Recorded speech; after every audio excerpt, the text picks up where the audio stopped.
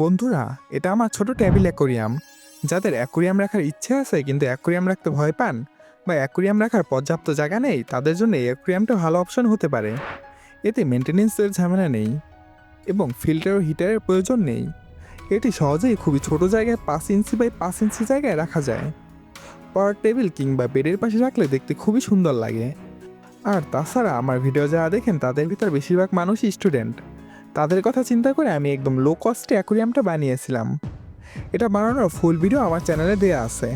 আমি একটা বিষয় লক্ষ্য করেছি, অনেকের একটা কমন সমস্যা হয়, এমনকি এই সমস্যা আমি নিজেই ফেস করছি।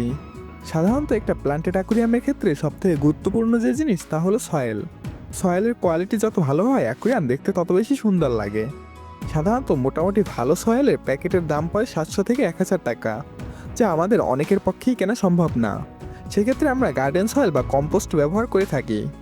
এখানেও একটা সমস্যা আছে, আর তা হলো মাটি নরম হয়ে বালির নিচে চলে যায়, ফলে পানির সাথে মাটি মিশে পানি গোলা হয়ে যায়।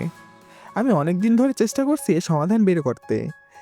এই যে অ্যাকোরিয়ামটা দেখতে পাচ্ছেন, এটা শুধুমাত্র সিলেটি স্যান্ড দিয়ে করা। এখানে মিক্রা হর্নট সহ আরও কিছু প্ল্যান্ট আছে, যা খুব সুন্দরভাবেই বড় হচ্ছে। আমি এক্সপেরিমেন্টের শেষ পর্যায়ে, এটা নিয়ে একটা লং ভিডিও বানানোর ইচ্ছে আছে। সেখানে অ্যাকোরিয়াম বানানো থেকে শুরু করে সব কিছু দেখিয়ে দিব। চ্যানেলটি সাবস্ক্রাইব করে পাশে থাকুন, দেখা হবে পরের ভিডিওতে।